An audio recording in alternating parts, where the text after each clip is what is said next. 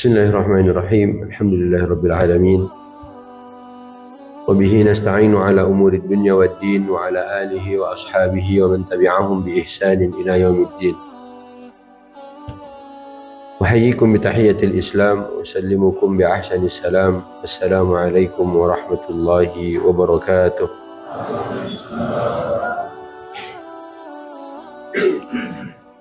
Rabbi shrah li sadri wa yassir li amri wahlul 'uqdatam min lisani yafqahu qawli. Subhanaka la ilma lana illa ma 'allamtana innaka antal alimul hakim.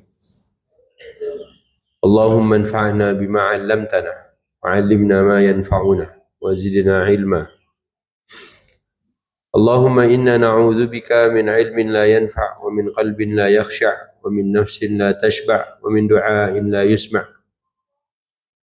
Allahumma ati nufusana taqwaha wa zakkiha anta khairu man zakkaha anta waliyuha wa maulaha la ilaha illa anta.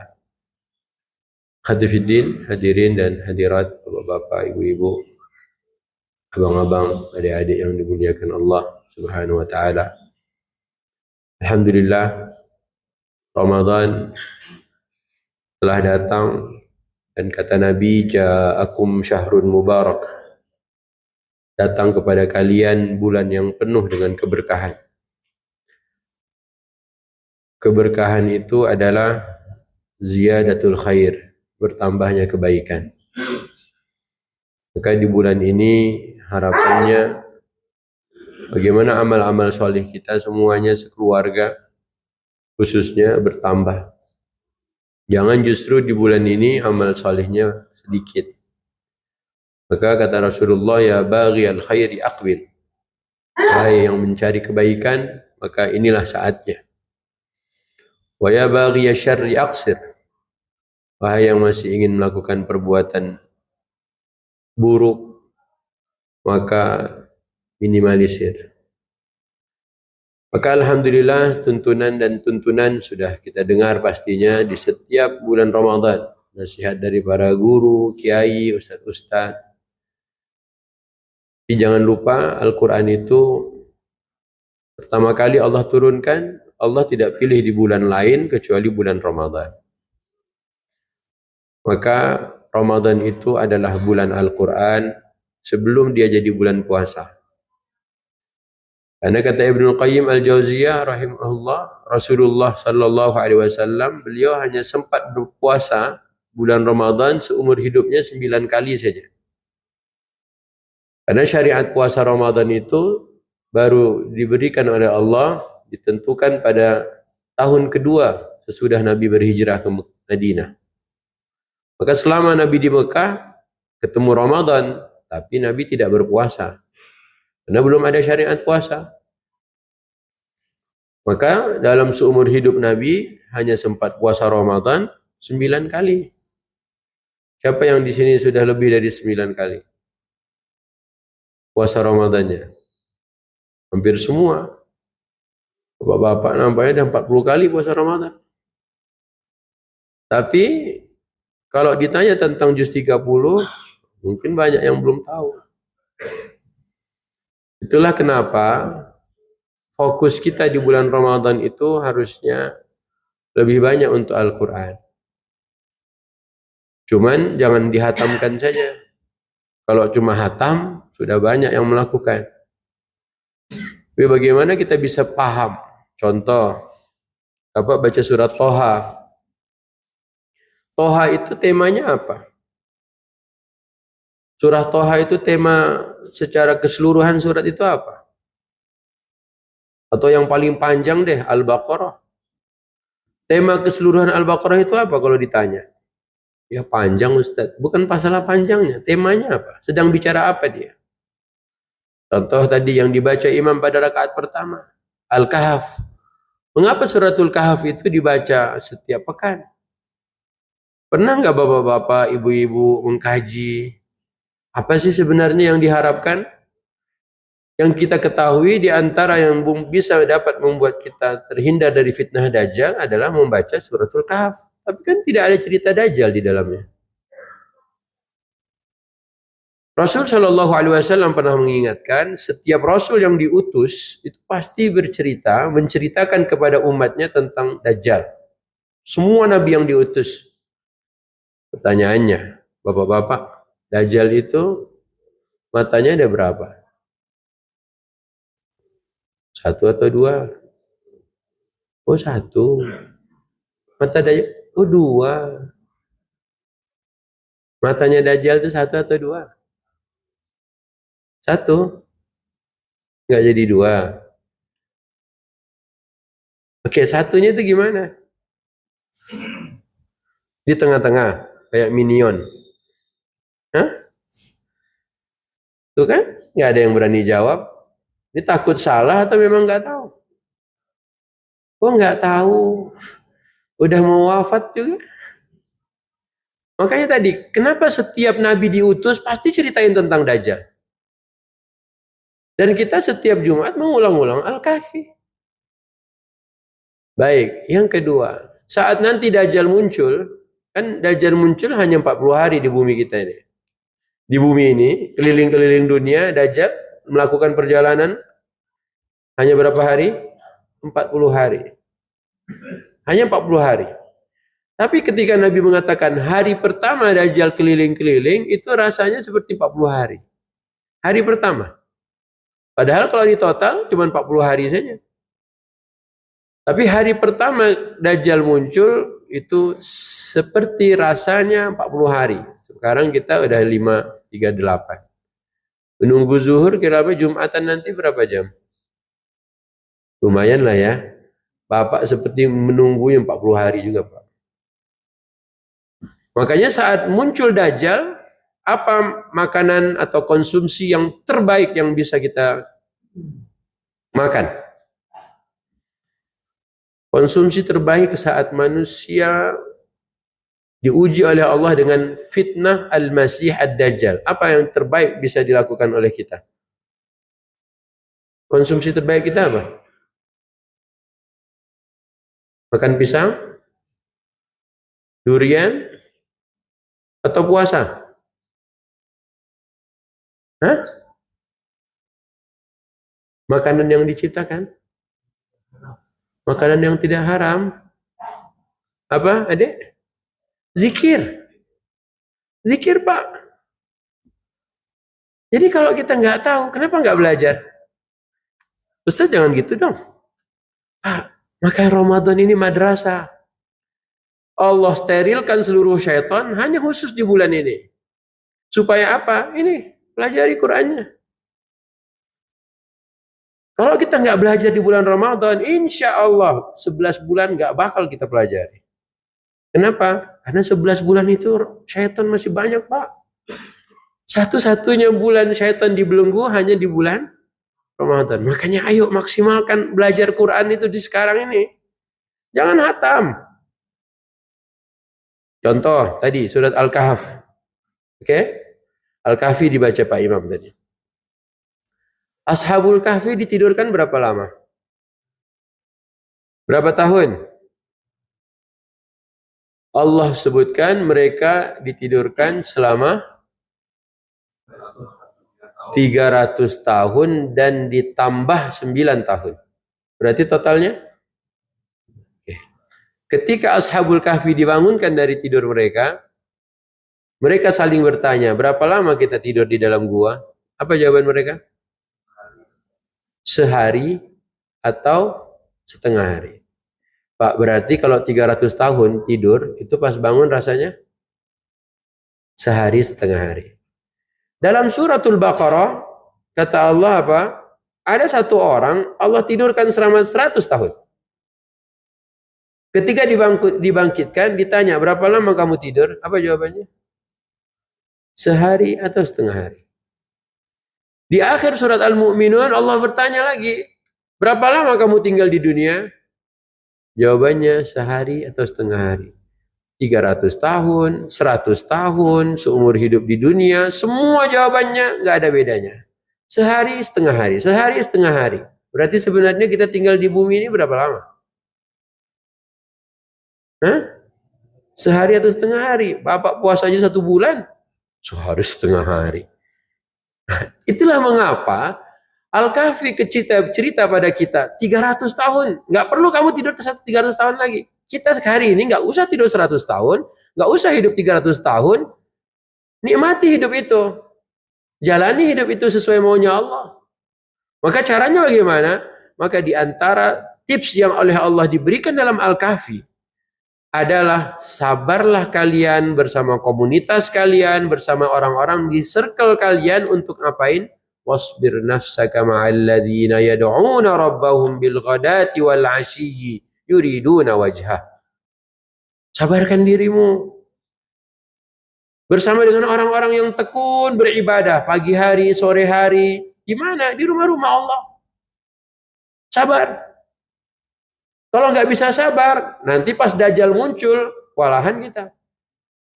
Makanya tadi ketika Dajjal muncul, yang terbaik yang dikonsumsi oleh orang beriman adalah tasbih, zikir, takdis. Nah, cerita-cerita ini sebenarnya bisa kita dapati kalau kita mau belajar agama. Tapi saya kan udah hatam Ustaz. Ya kalau hatam nggak paham, akhirnya dia bingung. Al-Kahfi dibaca, tapi dia nggak tahu bagaimana mengamalkannya.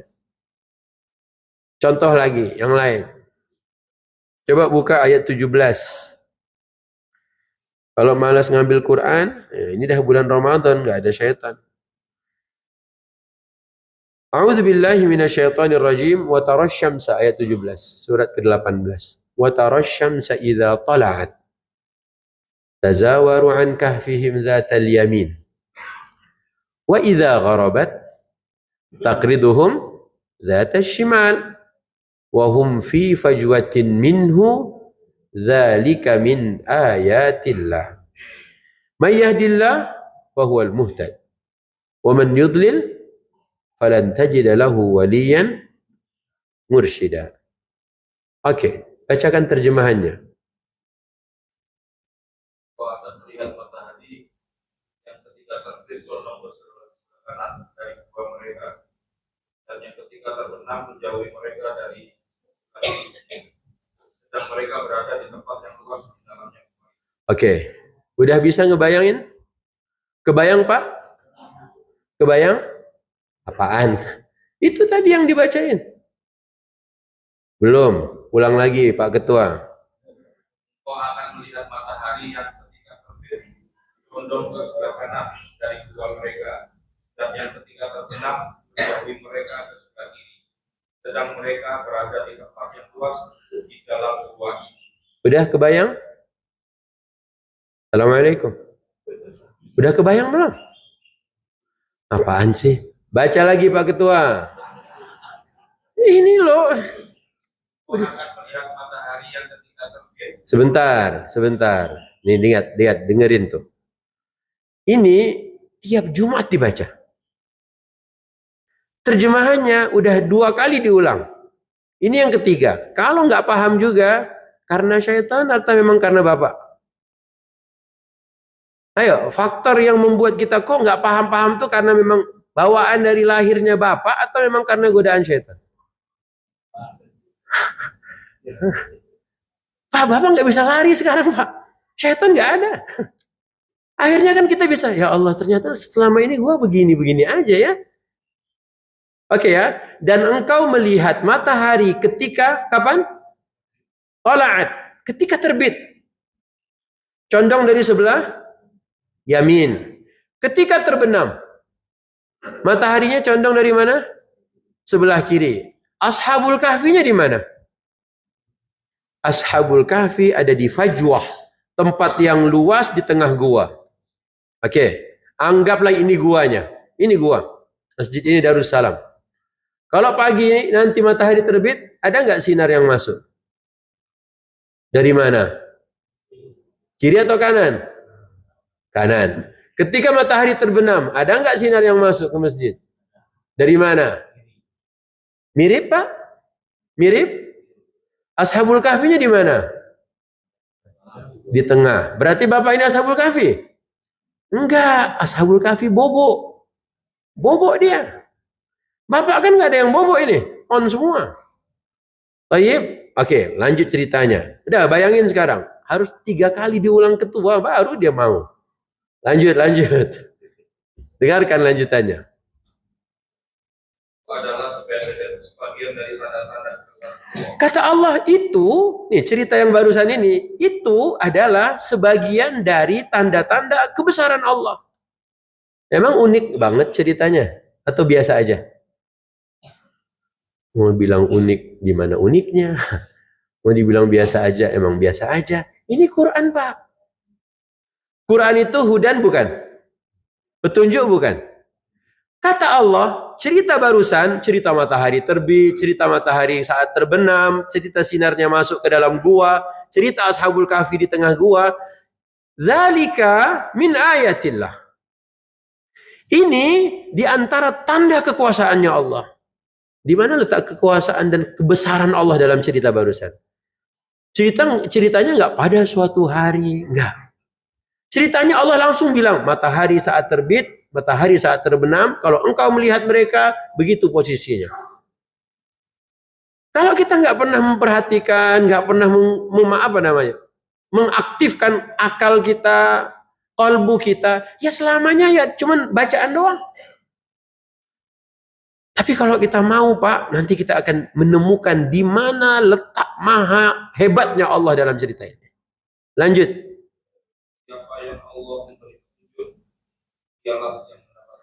Siapa yang Allah beri petunjuk, maka dia dapat petunjuk. Oke? Sepakat? Siapa yang diberi Allah petunjuk, maka dia dapat petunjuk. Tutup ayatnya. Siapa yang dia sesatkan, tidak akan seorang penolong pun yang dapat memberinya. Siapa yang yudlil, dia sesatkan. Maka siapa yang bisa ngasih petunjuk? Tidak ada satupun yang bisa memberikan petunjuk.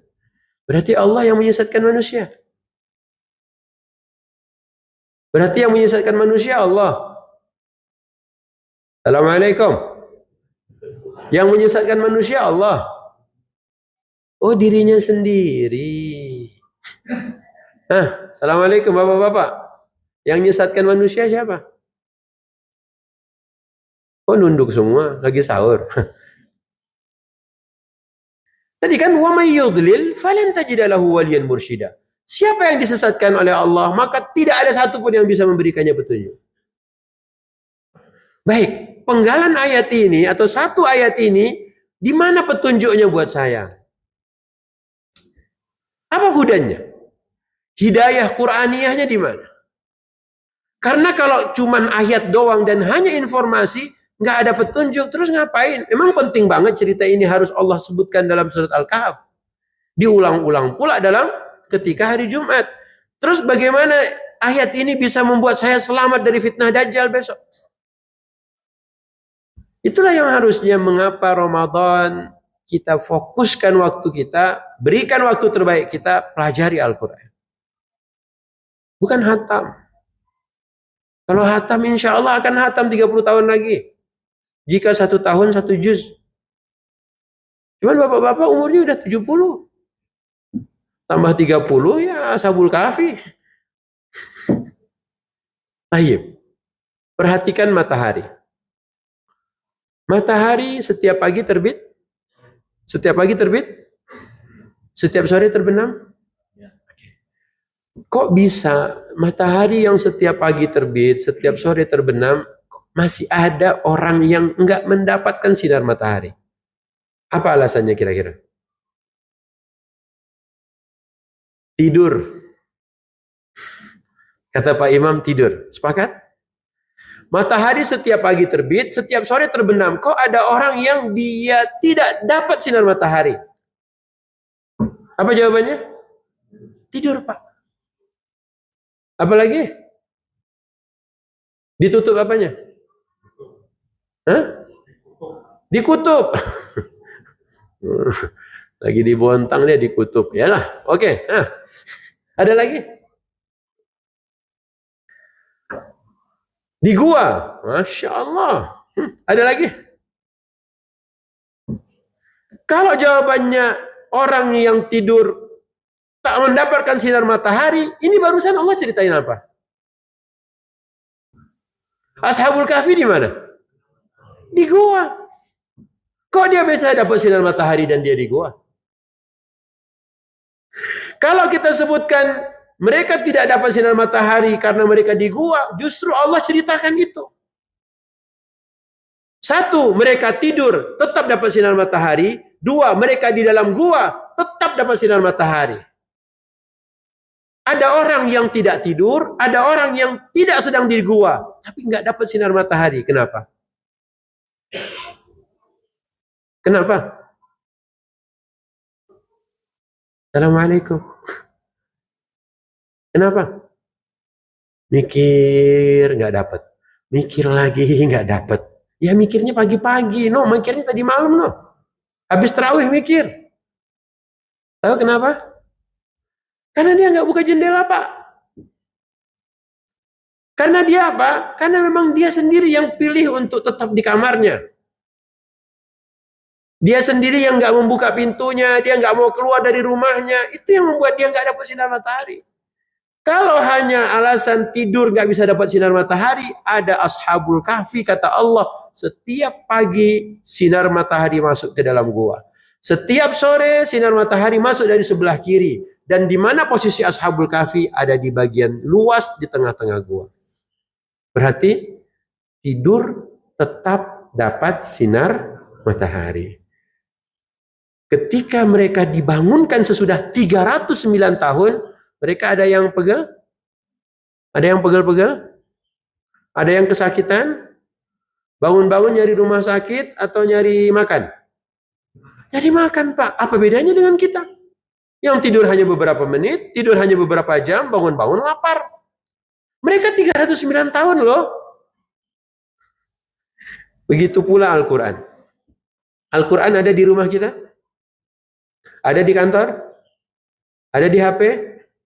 Ada di masjid? Kok nggak dipahami isinya? Bapak lagi tidur? Enggak kok, nggak ada yang tidur. Karena kita nggak pernah buka, Pak. Coba dibuka. Kemudian dibaca. Kemudian Bapak pahami. Insya Allah paham. Makanya matahari itu gede banget, Pak. Kita tuh sekecil apa? Kalau nggak masuk sinar matahari, kita nggak dapetin sinar matahari itu setiap hari. Bukan masalah di mataharinya, masalah di mana? Ya saya sendiri yang nggak mau. Mungkin dia mengurung dirinya di kamar, dia pilih dalam AC yang dingin, dia nggak tertarik dengan sinar matahari. Maka kata Allah, cerita barusan itu tanda kekuasaan Allah.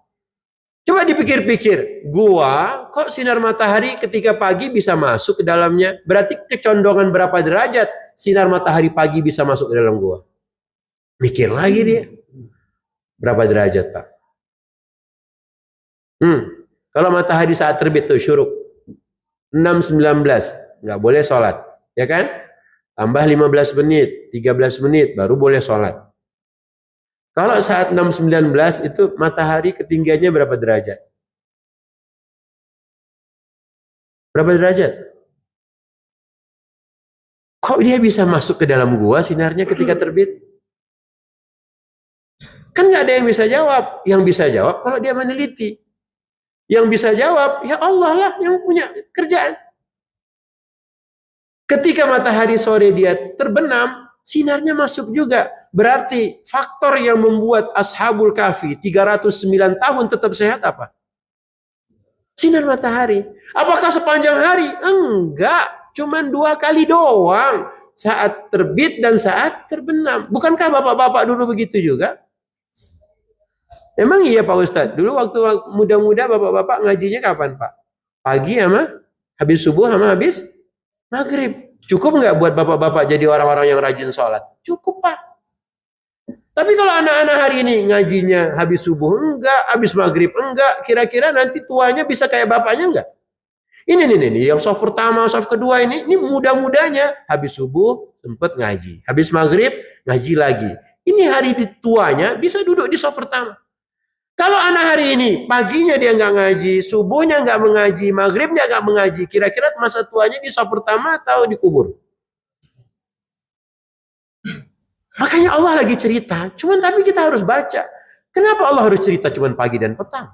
Kenapa saat matahari terbit dan terbenam? Oke, mundurin ketika bayi.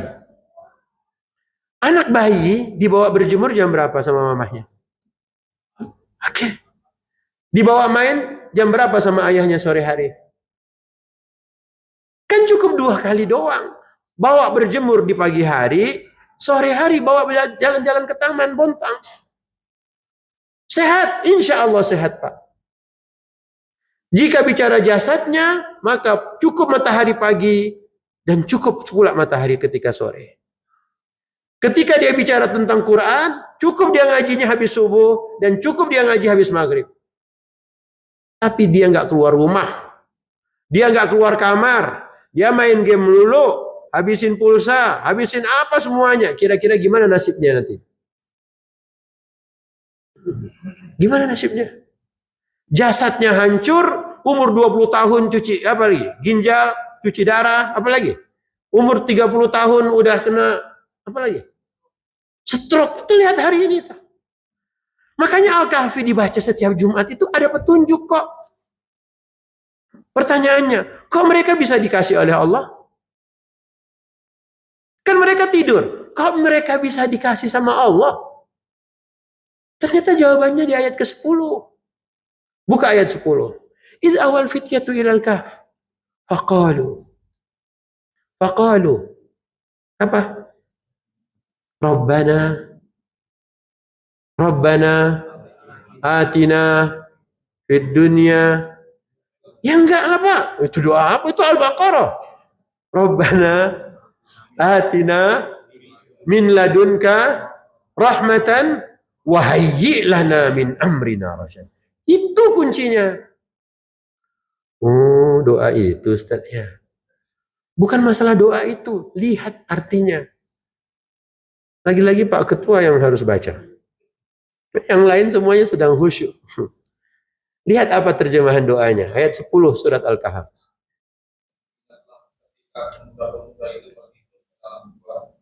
Lalu berdoa, ya Tuhan kami, anugerahkanlah kepada kami rahmat dari sisi. Lihat apa yang mereka minta. Dia minta rahmat. Ini yang membuat kita harusnya paham dan pahamkan ke anak-anak. Jangan kau minta apa-apa. Setiap bapak lihat anaknya, ini apalagi nih. Nah, SPP udah kemarin. Apalagi bang? Top apa? Udah kan? Lihat, setiap lihat anak bapak datang ke bapak, pasti mukanya duit lagi.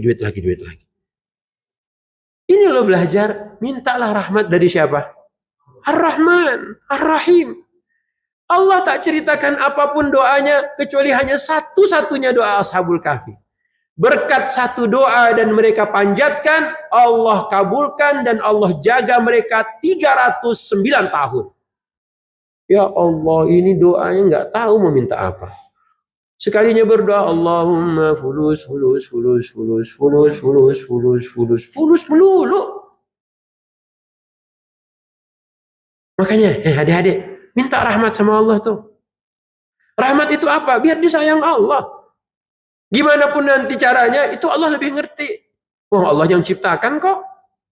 Makanya ada orang yang dia ditidurkan, tapi dia tetap sehat walafiat. Kita kok nggak tidur sakit melulu? Enggak tidur kok nggak paham juz 30? Ada masalah apa sebenarnya kita ini? Padahal Qur'annya ada. Lihat di rak kita ini penuh Qur'an, mushaf terjemahan. Ya, dapat jatah tablik akbar nanti 2 kali bulan Ramadan. Tapi kalau nggak dapat juga berarti kan memang kitanya. Jadi bukan Allah yang menyesatkan, kitanya yang nggak mau. Sama halnya tadi, cahaya Al-Quran dimanapun, kapanpun bisa kita dapatkan dan temukan. Sinar matahari setiap pagi dan sore bisa kita temukan dan dapatkan, kita justru merasakan. Tapi kita sendiri yang mengurung diri, kita nggak mau buka Quran, kita nggak mau keluar dari rumah, kita nggak mau buka jendela, ya udah. Terus tiba-tiba ya Tuhan, kenapa aku harus begini nasibnya? Apaan kayak begitu? Rabbana atina min ladunka rahmah. Ya Allah, berikanlah untuk kami khususan dari Engkau kasih sayangmu, rahmatmu. Maka rahmat Allah apa namanya? Matahari. Jadi matahari itu rahmat, Pak. Coba nggak ada matahari.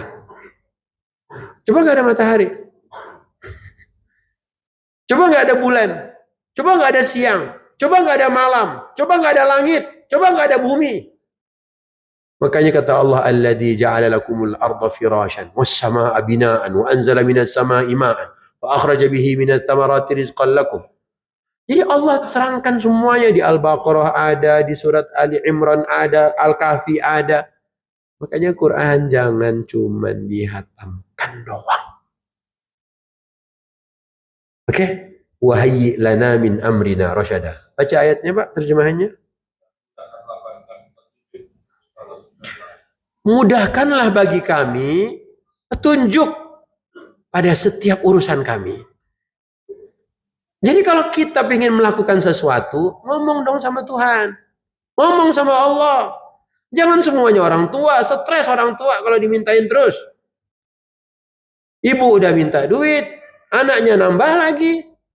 Bini kedua nelpon lagi. La ilaha illallah. Makanya ngomong sama Allah. Ustaz, gimana dong ngomong sama Allah? Itu tiap hari Fatihah. Emang iya Ustaz? Ketika hamba mengatakan Alhamdulillahi Rabbil Alamin. Kata Allah apa? Hambaku memujiku. Ar-Rahmanir Rahim. Kata Allah apa? Hambaku memuji aku. Makanya baca Fatihah jangan dikebut-kebut. Karena itulah komunikasi kita setiap hari minimal berapa kali? 17 kali. Kalau nggak masbuk. Kalau masbuk kan 16 kali. Bapak datang sholat zuhur, ruku rakaat pertama, dapat Fatihah? Enggak Pak. Berarti berapa kali Fatihahnya? 16. Itu kalau masbuk satu rakaat zuhur. Kalau asar masbuk juga? Udah 15. Nanti maghrib masbuk juga? Berapa? Isya masbuk juga? Subuh masbuk juga? 17. Mana 17? Harusnya minimal itu 17, cuman masbuknya 5 waktu. Allah udah jatahin minimal 17 kali, minimal dah itu. Udah masbuk nggak sholat sunat, ya Allah. Ya udahlah nggak apa-apa sih ya, memang dimaklumi kan, udah tua gitu kan, nggak boleh kayak begitu. Makanya ayo Bismillah. Pelajaran yang bisa kita ambil apa? Ada tanda kekuasaan Allah. Cukup dengan 2 kali sinar matahari pagi dan sore dan insya Allah kita bisa sehat walafiat. Cukup dengan ngaji yang habis ba'da subuh dan ba'da maghrib buat kita, insya Allah cukup Pak, kayak bapak-bapak lah. Zaman dulu, memang zaman dulu TPA-nya sebelum maghrib atau habis maghrib? Dulu habis maghrib, sekarang kenapa sebelum maghrib dijemput? Habis asar diantar, sebelum maghrib dijemput. Kenapa? Karena yang antar ibunya. Kita tanya, Bu, kenapa habis asar diantar? Oh, kalau malam pulang Ustaz nanti ada hantu. Makanya ibu-ibu gak berani habis maghrib dijemput. Apalagi pulang habis isya. Makanya bapak-bapak harus punya peran di sini. Oke ya, itu Al-Kahfi. Balik lagi. Gimana Al-Kahfi bisa membuat kita menjadi tameng supaya tidak difitnah atau terkena fitnah Dajjal? Dajjal bisa ngapain? Dajjal bisa ngasih emas Pak. Bisa ngasih antam dia. Kalau bapak-bapak dikasih antam 1 kilo aja. Kira-kira ambil nggak? Ambil nggak? Dikasih ke siapa? Dikasih ke siapa kalau udah diambil? Kasih ke ibu. Oke.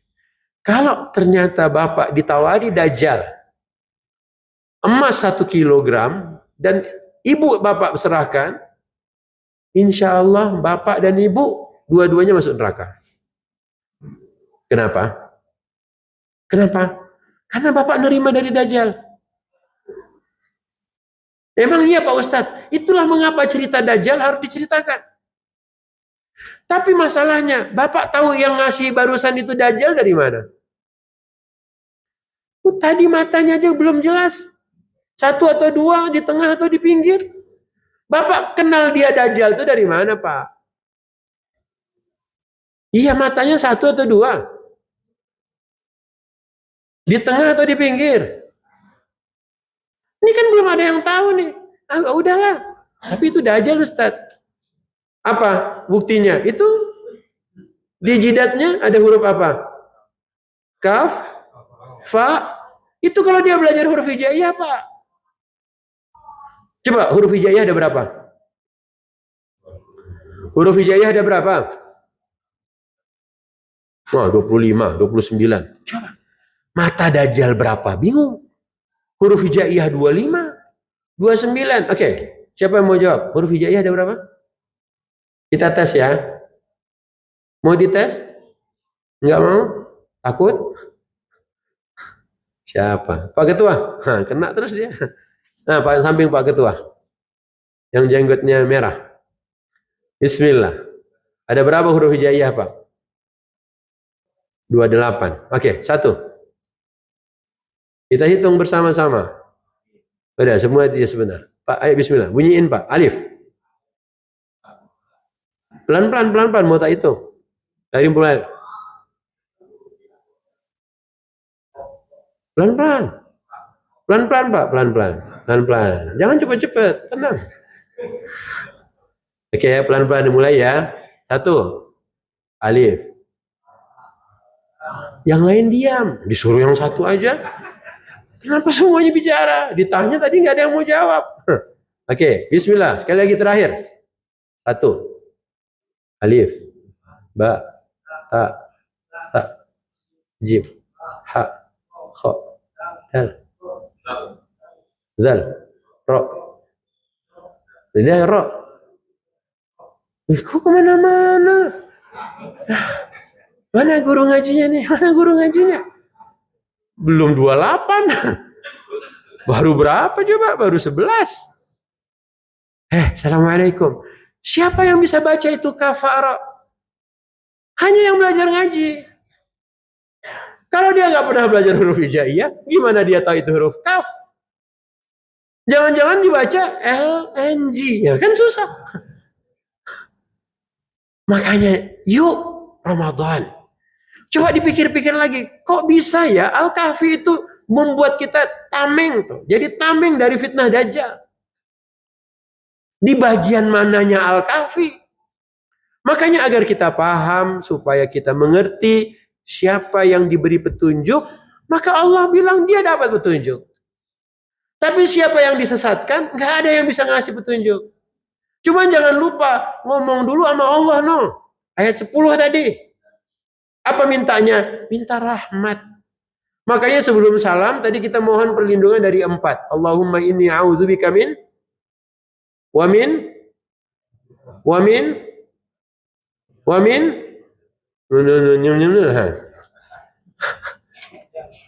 Dajjal aja ingetnya.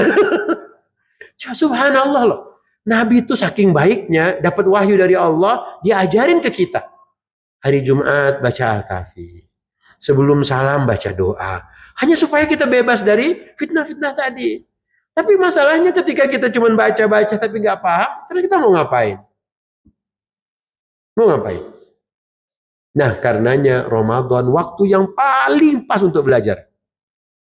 Kenapa? Karena memang bulan ini Allah turunkan Al-Quran. Karena memang satu-satunya bulan yang nggak ada syaitan hanya bulan. Oke, kalau ditanya, waktu yang paling pas untuk saya belajar Quran di bulan Ramadan kapan? Kapan? Habis subuh? Hah? Habis subuh, Pak? Enggak. Coba buka Al-Muzammil ayat 6. Al-Muzammil ayat ke-6. Al-Muzammil ayat ke-6.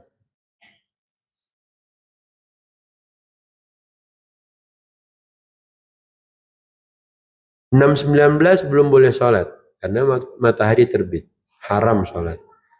Biar bisa sholat tambah 13 menit.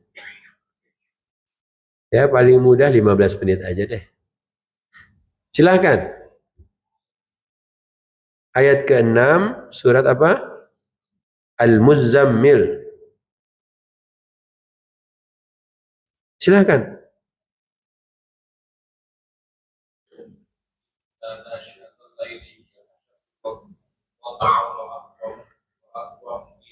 Oke, artinya.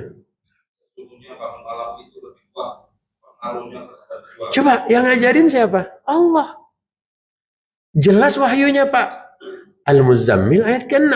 Apa kata Allah? Sungguh bangun malam itu lebih apa? Lebih tepat untuk apa? Untuk isi bensin. Enggak, untuk isi jiwa. Jadi kalau tadi malam tarawih itu udah bangun malam atau belum tidur? Belum tidur Pak. Makanya habis tarawih bapak-bapak langsung. Tapi karena petunjuknya bangun malam nasyiatal lain, makanya istirahat dulu. Habis tarawih istirahat setengah jam, kemudian bangun.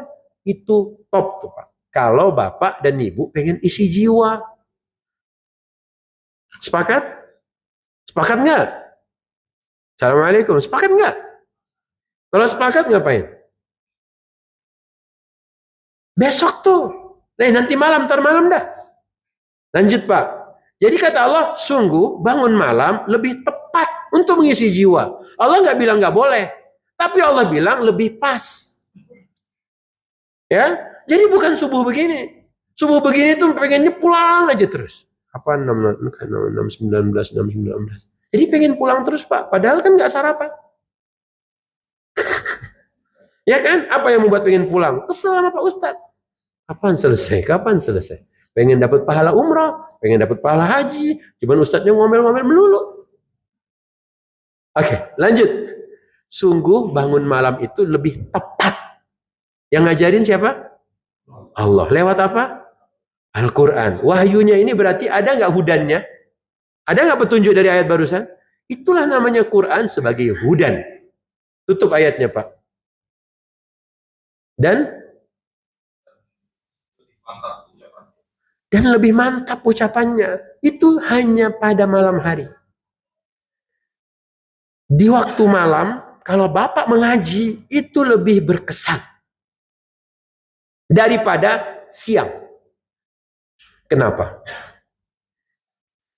Makanya mau petunjuk, ini petunjuknya. Nggak bakal ketahuan kalau kita nggak pernah memperhatikan. Nah, gimana insya Allah nanti malam? Apakah saya akan tidur dulu atau saya bangun waktu sahur aja? Nah, gimana? Habis tarawih saya tidur sebentar, kemudian bangun ngaji, atau saya tidur aja? Assalamualaikum. Tidur sampai sahur, gimana? Kok nggak malam bangun malam, kan udah tarawih tadi, ya? Begitu caranya. Maka alhamdulillah, ini namanya Quran memberi hidayah. Quran sebagai hudan linnas. Quran sebagai hudan lil muttaqin. Alhamdulillahirabbil alamin. Billahi taufiq hidayah. Assalamualaikum warahmatullahi wabarakatuh.